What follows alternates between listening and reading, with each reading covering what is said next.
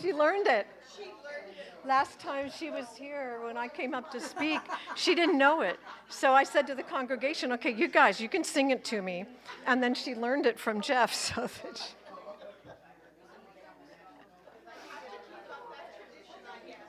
I guess.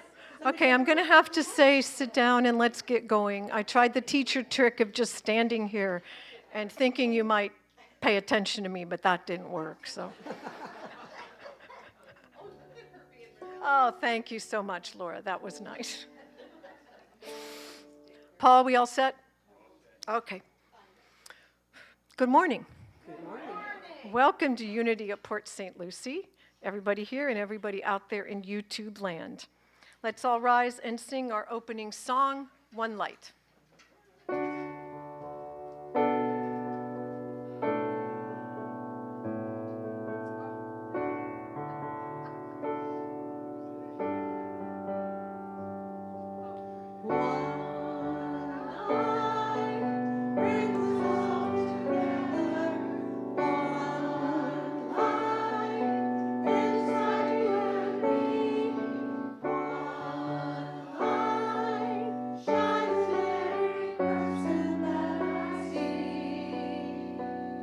It's the light that shines inside of me. One light brings us all together. One light inside you and me. One light shines every person that I see. It's the light that shines inside of me. It's the light that shines inside of me. Can you all hear me? Yeah. Okay, good.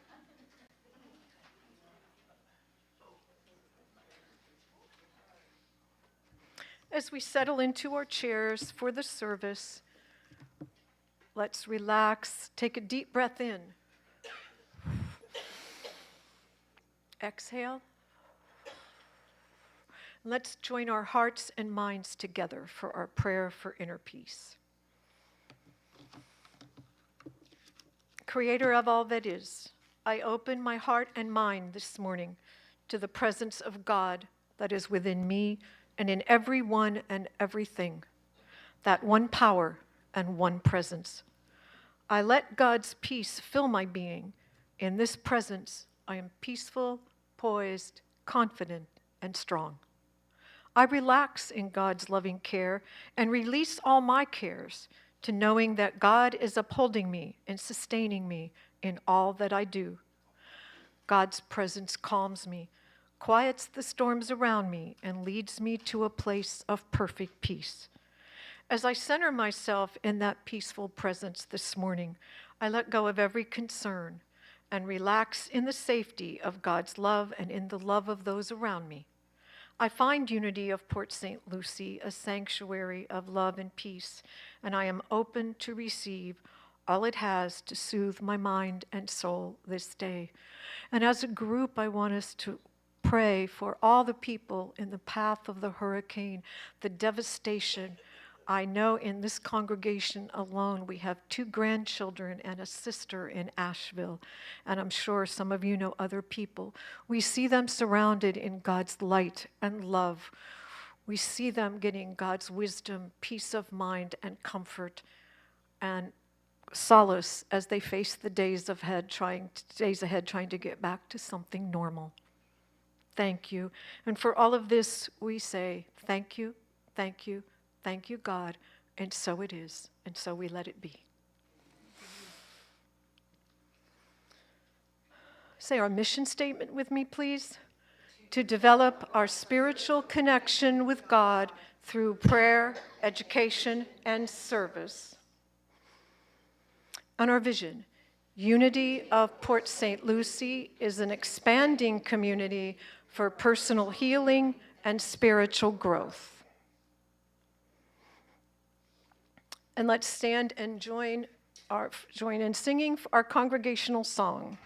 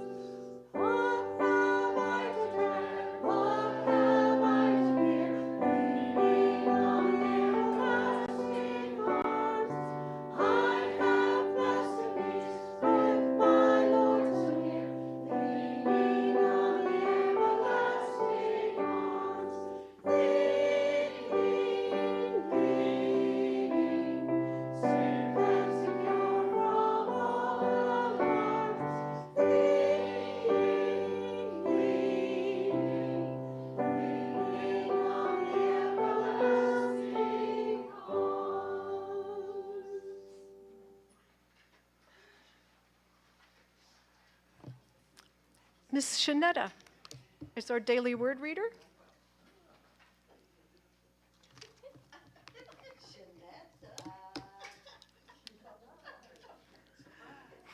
Surprise, surprise.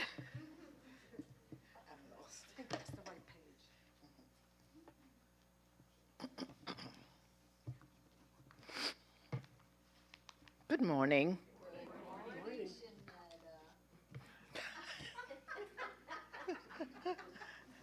The word for today is comforted. I am comforted by the divine presence within me.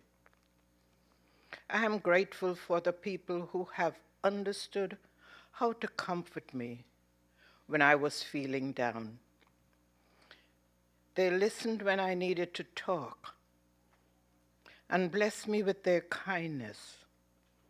Often they didn't need to say a word or do anything more than be with me for a while. Their understanding presence was what I really needed. Even if I am without the comforting presence of another, I can find comfort in the divine presence within me. As I open my heart to God, I feel understood, loved, and accepted completely just as I am. I need not feel self-conscious about needing comfort or how I express my feelings. I need only to feel the unconditional love of God. As my trust in the divine presence grows, my sadness diminishes. Healing peace flows through my entire being as I am comforted. And in Isaiah 66:13 it says, "As a mother comforts her child, so I will comfort you. You shall be comforted in Jerusalem." Let us repeat together the affirmation for today. I am comforted by the presence within me. Let us prepare now for our meditation by singing Surely the Presence.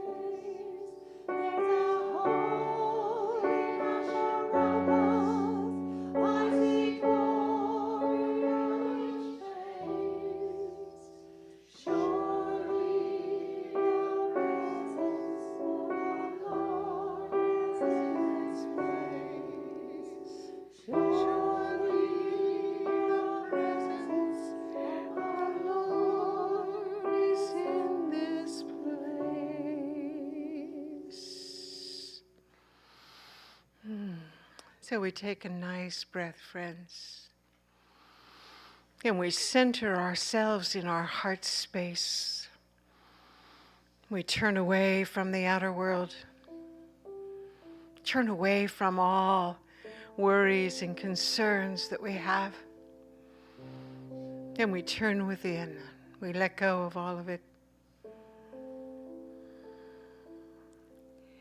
And we enter into the inner sanctuary of prayer, deep in our hearts, the inner sanctuary, where we experience and become aware of the presence of God. We are now surrounded by the presence of God, enfolded by the presence of God. We are immersed in the presence of God, right where we are, filled up to overflowing. our lights shining brightly now, brightly, the light of love emanating from us. We align ourselves with all of our spiritual powers right now, completely. We own them. We claim them. We now embody them mindfully, fully aware of all that we are and all that we can do. We spend a few moments now in the silence, anchoring ourself in this awareness.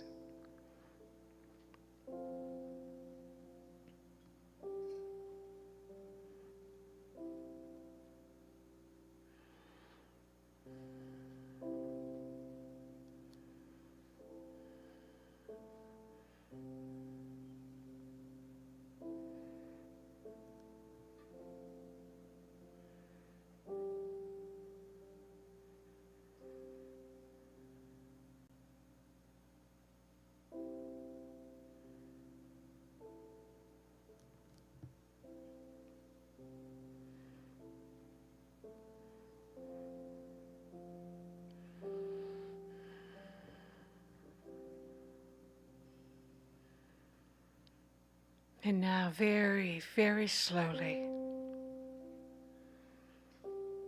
very gently and lovingly, we return our attention once more to the space around us wherever we are, to the sounds around us, to our bodies, knowing that we bring this renewal, this reconnection, this mindfulness of the truth of our power.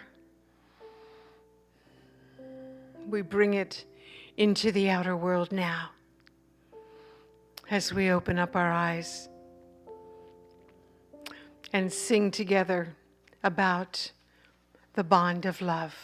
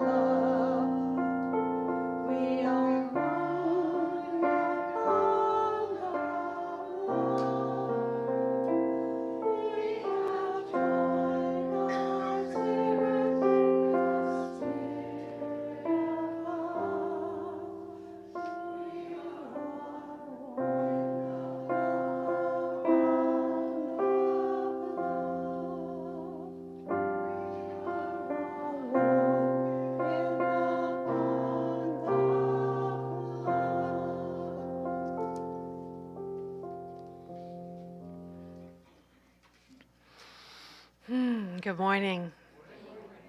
Some of you that I didn't see earlier, good morning. So good to see you. What a beautiful, vibrant community you are, truly, friends. What a blessing it is to be here with you again and see friends from long ago and friends from recently and friends as of today. Yeah, so I'm going to talk about truth today, Ken's favorite word, he says. Yeah, truth.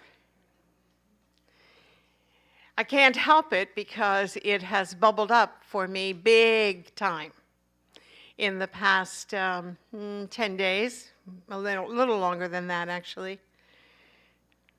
You know, truth is a big deal in unity, right? Truth and we always capitalize it. That's how important it is, capital T, truth. You hear about it on Sunday mornings from the platform. It appears in all of our literature, many of our songs. It is a big deal in unity. We talk about the truth all the time. It permeates the reality of all of our members, truth.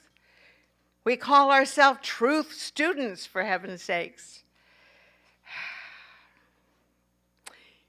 And the fact is that we tend to lift our eyebrows, or worse, when we encounter in some way people whose truth is different than ours. Own it, friends. You know, it happened to me just recently, which is why this bubbled up. I've had a dark night of the soul, a spiritual crisis, if you will. You know that because I say it all the time, and many of you have known me for years, I get my news from NPR, National Public Radio, for the most part, because it's an independent nonprofit organization whose mission is to create a more informed public, period. In my humble opinion, they have greater journalistic integrity than any other news outlet on the planet. So they did a story 2 weeks ago, maybe, that blew my mind. They did a story on a couple of extremist Christian groups who are gaining a great deal of notoriety these days. These particular groups identify as Christians, though they make it very clear that they are non-denominational. They believe that there are high-level, commander-level demons called territorial spirits who are controlling some physical territory and many human institutions. They believe that God has placed new, high-level apostles and prophets on the planet, generals of spiritual warfare in our midst, who can mobilize thousands and thousands of Christians into mass campaigns to battle back and identify these demons, develop strategies, develop combat tactics for getting rid of them. What's your reaction to this? Probably no different than my own, for most of you anyway. I was shocked. I'd heard reference to it a couple of times before this, but I didn't pay attention because I didn't want to know. I was shocked, I was saddened, I was frightened, and I was angry. Angry. Angry. How dare they usurp the word Christian and apply it to ideas that run counter to mine? How dare they? And I looked at that reaction and I said, whoops, there it is. In a nutshell, there it is. You know, friends, I've been doing this for a long time. And I have taught classes, and I have facilitated online groups, and I have studied, and I work for Silent Unity. I have done a lot of work, more than most, I think. And there it is. I have a whole lot more work to do. I have a whole lot more work to do if I want to actualize the very essence of God in my life, and I do. It's my purpose. You know the God that I'm talking about. You know that my God is the same God of your understanding, at least most of you. Here's what's clear to me right now. Truth, friends, with a capital T, is defined by each of us for ourselves. No one owns that word. No one owns that word. We define our truth with a capital T, and then we do our very best to adapt it as a standard of living. This particular group of non-denominational Christians have their truth with a capital T. I have my truth with a capital T. And they are as passionate about their truth as I am about mine. Fact.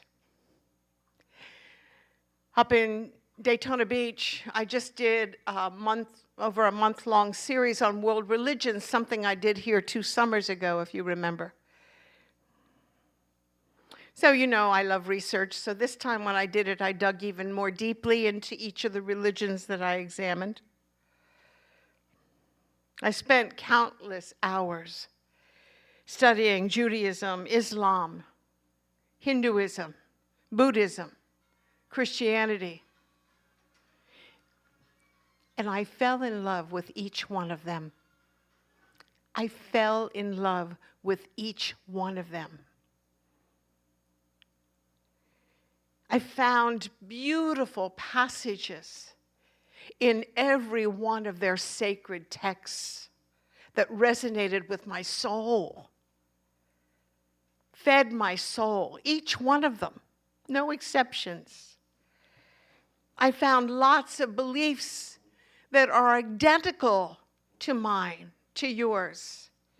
And I found beliefs and practices that are very different than mine and yours.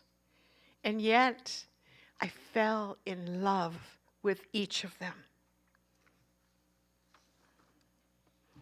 I found myself thinking about their truth with a capital T. Consider Buddhism, and I don't want to get this wrong, so I'm quoting a prominent Buddhist teacher right now. Consider Buddhism. Quote, Buddhism is not about either believing or not believing in God or gods. Neither. Rather, the historical Buddha taught that believing in gods was not useful for those seeking to realize enlightenment. Not useful. In other words, God is unnecessary. This is a practical religion and philosophy that emphasizes practical results over faith or deities. End of quote. Truth. Their truth with a capital T. Just opposite my own. And yet, I love Buddhism. I love Buddhism. Truth. Our truth is that God is everything. God is everything. God is our substance. God is our source. We co-create with God every moment, every breath we take. We are co-creating with God. Consider Islam, a religion so beautifully structured, so interesting, and to me, so appealing in that it requires, not suggests, requires that every Muslim gives 2.5% of all that they have to people less fortunate. Requires.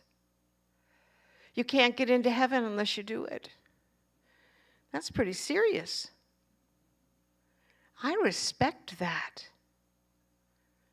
We suggest it. We're even afraid to use the word tithe from the platform for fear that we might turn someone off. We're afraid to ask for money. See the difference? Muslims believe in God. They call God Allah. Allah. They believe, though, that God punishes. They believe in hell. Their truth with a capital T. Capital T. Different than my truth with a capital T. And they are as passionate or more passionate about their truth than many practitioners that I know within Unity. Those are just two examples of truths out there that are so different than mine. In Unity, our truth is that God is all, and that God is pure, unadulterated goodness. Pure, unadulterated goodness out of which we co-create our reality. How radical is that? To apostolic believers, to Muslims, to those people whose truths are radically different than our own. How radical an idea is that? You can test that, and you have in your lives, by sharing a little bit of your truth with people whose truth is different within your own family. You have been called crazy, I bet, or it may be thought of as crazy if they didn't say it out loud. People pray for your soul. Radical differences.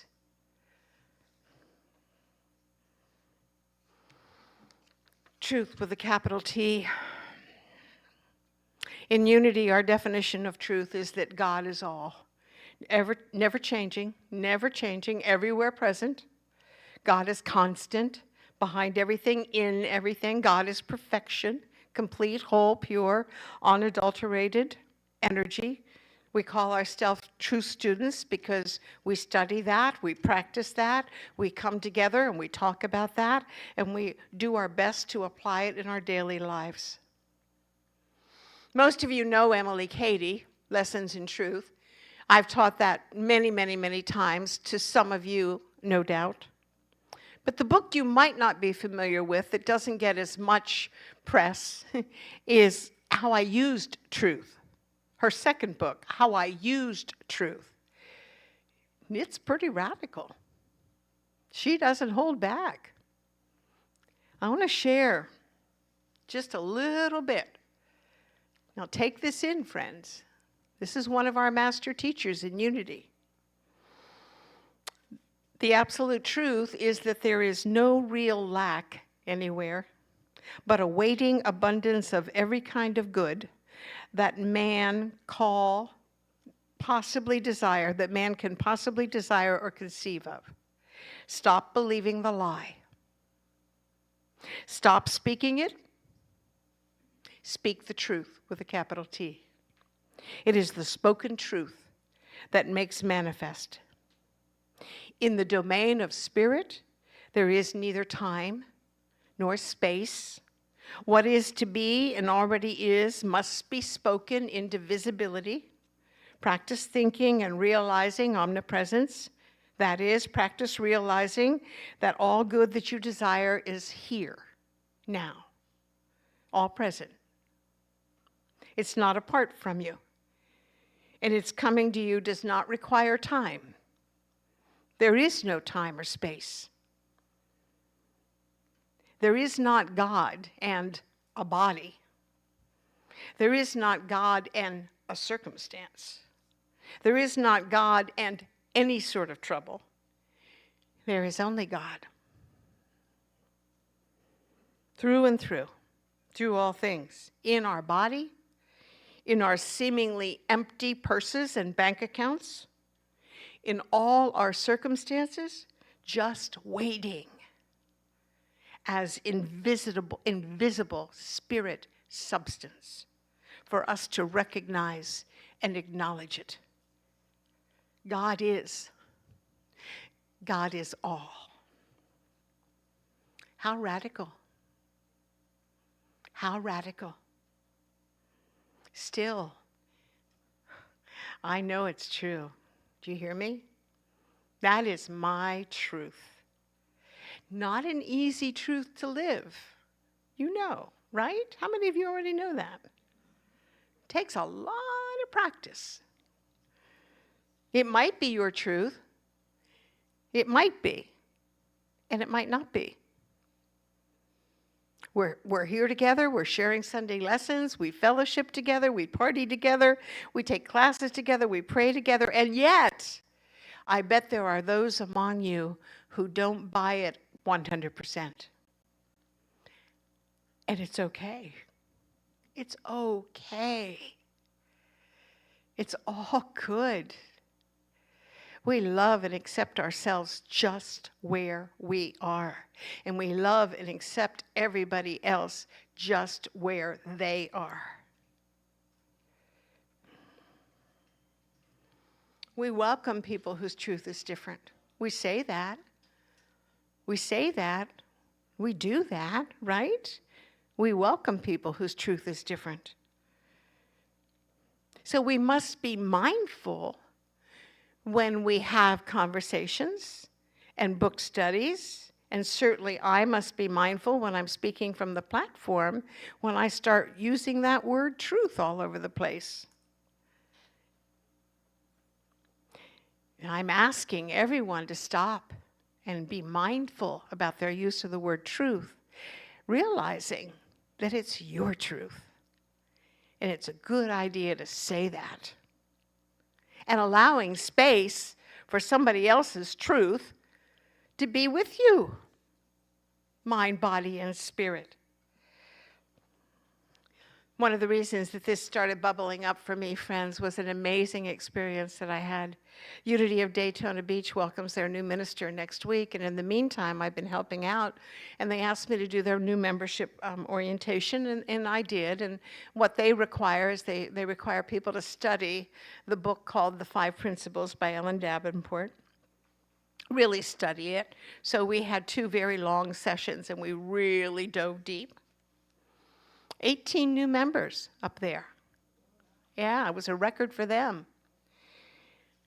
Within that group, friends, were 2 Orthodox Jews. I swear to God. Yeah, they started to show up on Sunday and was like, whoa, that's really interesting. And then I had an opportunity to talk with them, and then the next thing I know, they're signing up to join. Fascinating people. Both doctors, I might add. I don't know why I added that, it's just impressive.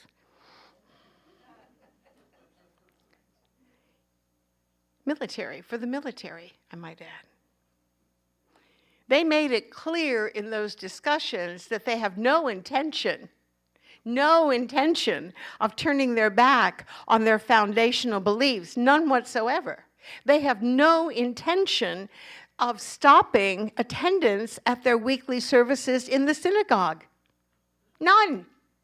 So during our deep discussions about unity principles, it was pretty interesting because they didn't hold back. So it was a discussion the likes of which I don't believe I've ever experienced in unity before. But isn't it high time, friends? High time that we go to that level. Maybe even make it clear to other truth people embracing their own truth, making it clear that we would love to experience them.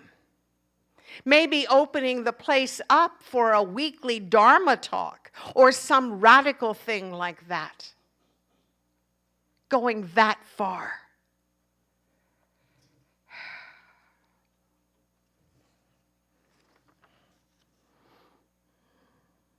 There was also a member of that group who came to me with tears, and she was quivering.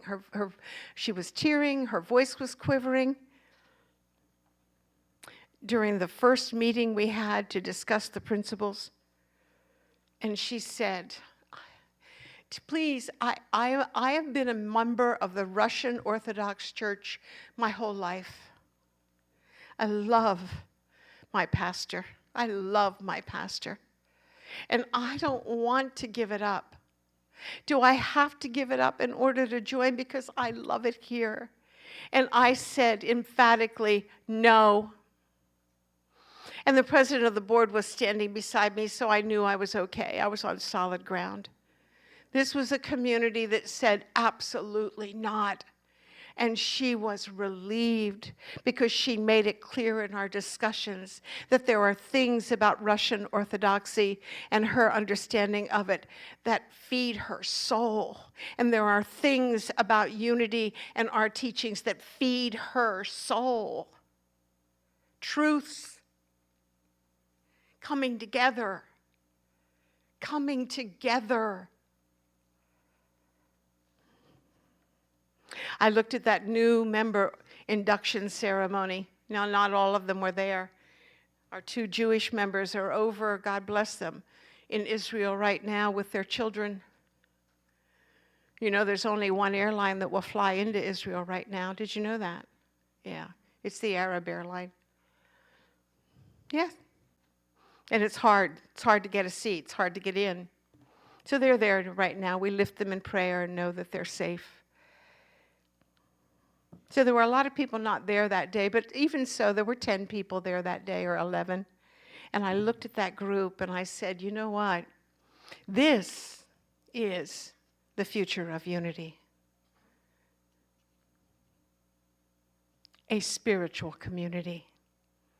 A spiritual community that embraces and welcomes and is interested in and willing to explore all truths. All truths.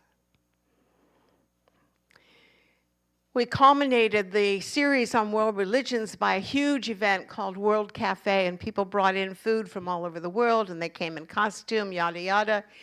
So we're sitting around and we're eating and we're celebrating. And one of the brand new members who's in the choir, who volunteers actively in the church, very much a part of the community. I'm going to stop calling it a church. I'm going to call it a spiritual center because church implies other things. A spiritual center. Very active in that spiritual center. And she came up to me and she scared me a little bit because I was sitting there eating, and she pulled up a chair and sat it right next to me and said, "Are you taking questions?" I'm like, "Sure, bring it on." I hope I can answer it. So she asked me about something I said in my talk. She said, "Can you explain that to me? I think I understood what you said, but I'm not sure." And I said, "Of course, you know, I'd love to do that." So I explained, and she listened thoughtfully, and she said, "Yeah, no, I'm not buying it. I can't wrap my head around that." And I said, "So what? It doesn't matter. It doesn't matter. You don't have to. Just because I said so. Please hear that. It is not a requirement. It is not necessary." Now, you and I both know she might change her mind down the road if she continues to be active, but you know what? That's her journey. She's still a member. Her truth is different than my truth. My truth is probably different than some of you. And I know that for a fact about some of you. We share a lot, but there are some differences. Isn't that a lovely thing? We want to hear more about that. We want to hear more about that. So, friends, let's throw your doors open wide, please. Expand the net. Expand the net. Actively invite people from other spiritual traditions, other truth seekers. Years ago, there used to be a drumming circle, and there was chanting in the Unity Center, and there were all kinds of activities going on that were not necessarily right out of the Unity playbook.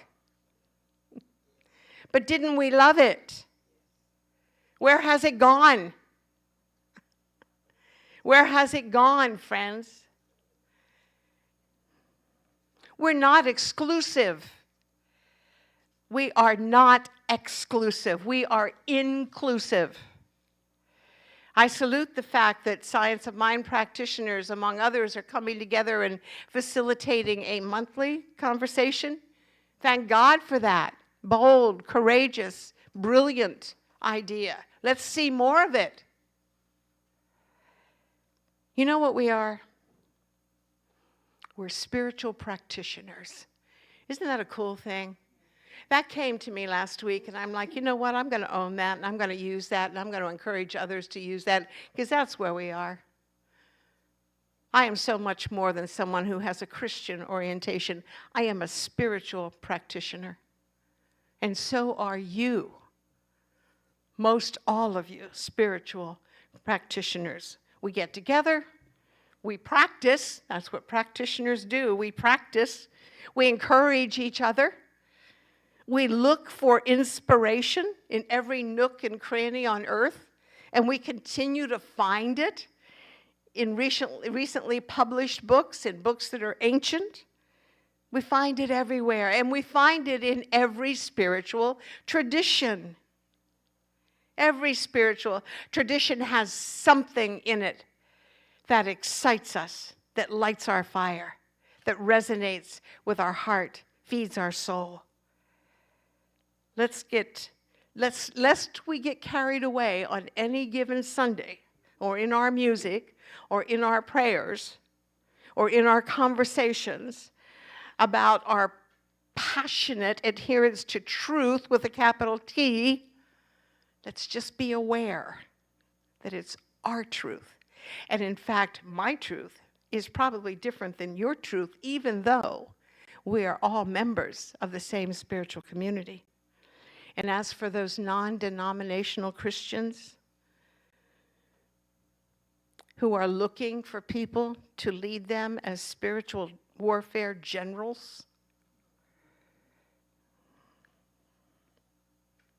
I say, I respect you. I respect you and your devotion to truth, your truth. All I ask is that you respect me and my devotion to my truth, and let us coexist peacefully. Friends, let's get those peaceful coexistent bumper stickers out of the closet and dust them off. And let's plaster our cars with them. Let's plaster our door with them. Let's have it tattooed on our forehead. No, it hurts. Tattoos hurt. It's not happening. But for those of you willing to endure that level of pain, I behold the Christ in you and I respect you. We need to go back to that. You know, we're entering the new age of Aquarius, and a part of that is bringing that spirit of peaceful coexistence into this new age. Let us lift the Middle East up right now. Lebanon, Israel. Let's lift them up right now and shine our lights on them and affirm peaceful coexistence for everyone. So it is. Thank you.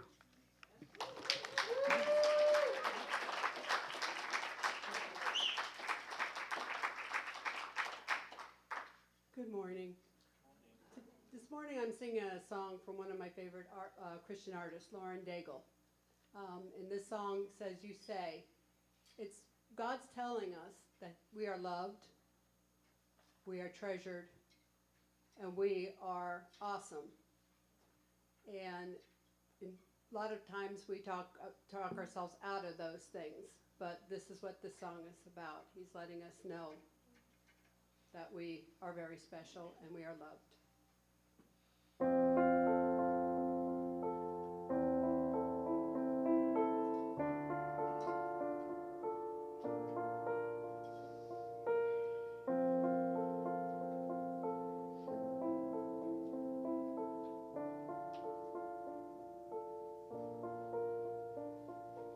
I keep fighting voices in my mind that say I'm not enough. Every single lie that tells me I will never measure up.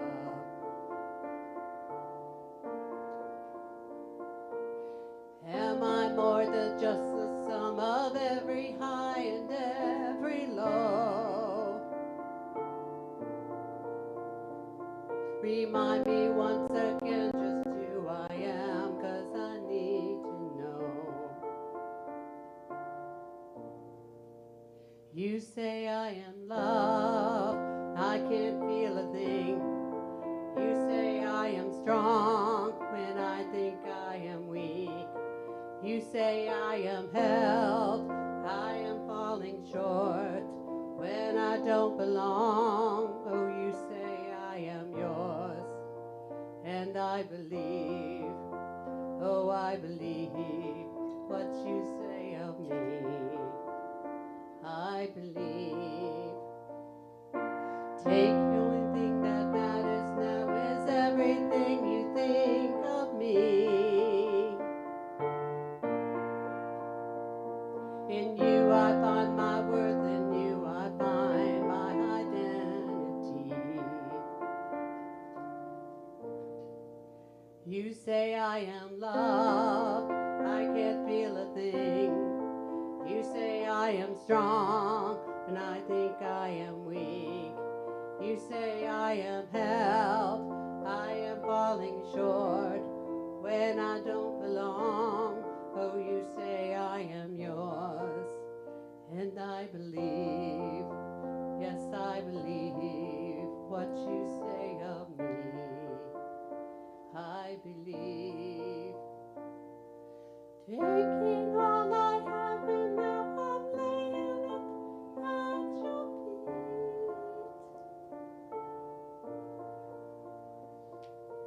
You have every failure, God. You have every victory.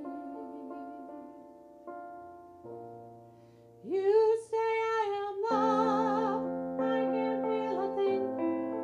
You say I am strong when I think I am weak. You say I am held, I am falling short when I don't belong. Oh, you say I am yours, and I believe, yes, I believe what you say of me.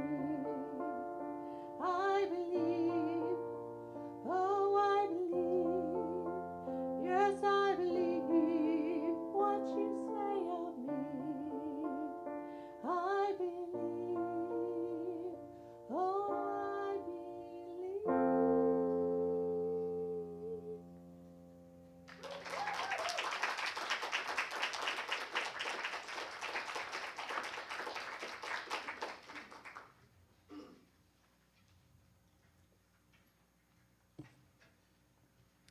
Thank you, Holly and Reverend Linda, as always.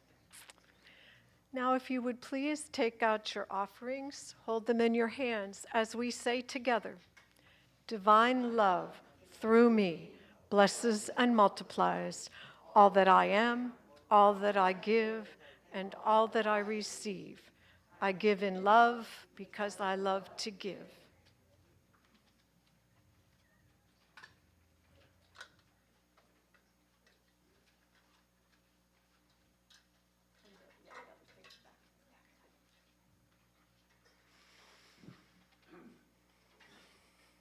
Marvia Reed. She's our prayer chaplain today. She'll be over here after the service if you would like to share some affirmative prayer with her. Yoga with Lana. I don't think she's here today. Oh, way in the back. Oh, back in the back. Okay. 9:45 and 11 to noon on Mondays, right here. Prayer circle is every Tuesday at 11. We run about half an hour, depending on how much we get off track, but if you'd like a Reiki treatment, please see me. Anything else? Okay, so I'd like to say, oh, yes. Oh, yes. A beloved member of the community is on its last legs. That's the refrigerator in the kitchen. And I think it's way back from Morningside, is it not? Okay, so that thing is like almost 20 years old now. And we actually turned it off this morning because it makes a song, or a sound, song too, kind of between a coffee percolating and something falling apart. But if you have one sitting around that you're not using or don't need, we are in the market for a replacement because, like I said, it's a matter of time. It's on hospice right now. Yeah. And my thanks to anybody who had a part in the service today. Reverend Linda, would you like to bless our?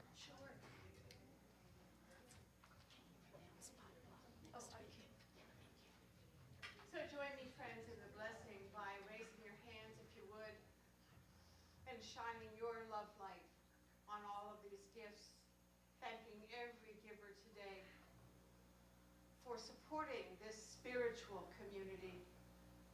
And we lift up every prayer request in this precious box, knowing that all prayers are answered in divine order.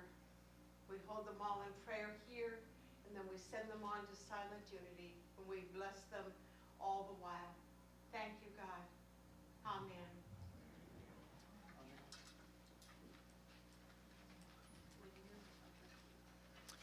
Just one last quick announcement from Eve. Next week is hospitality.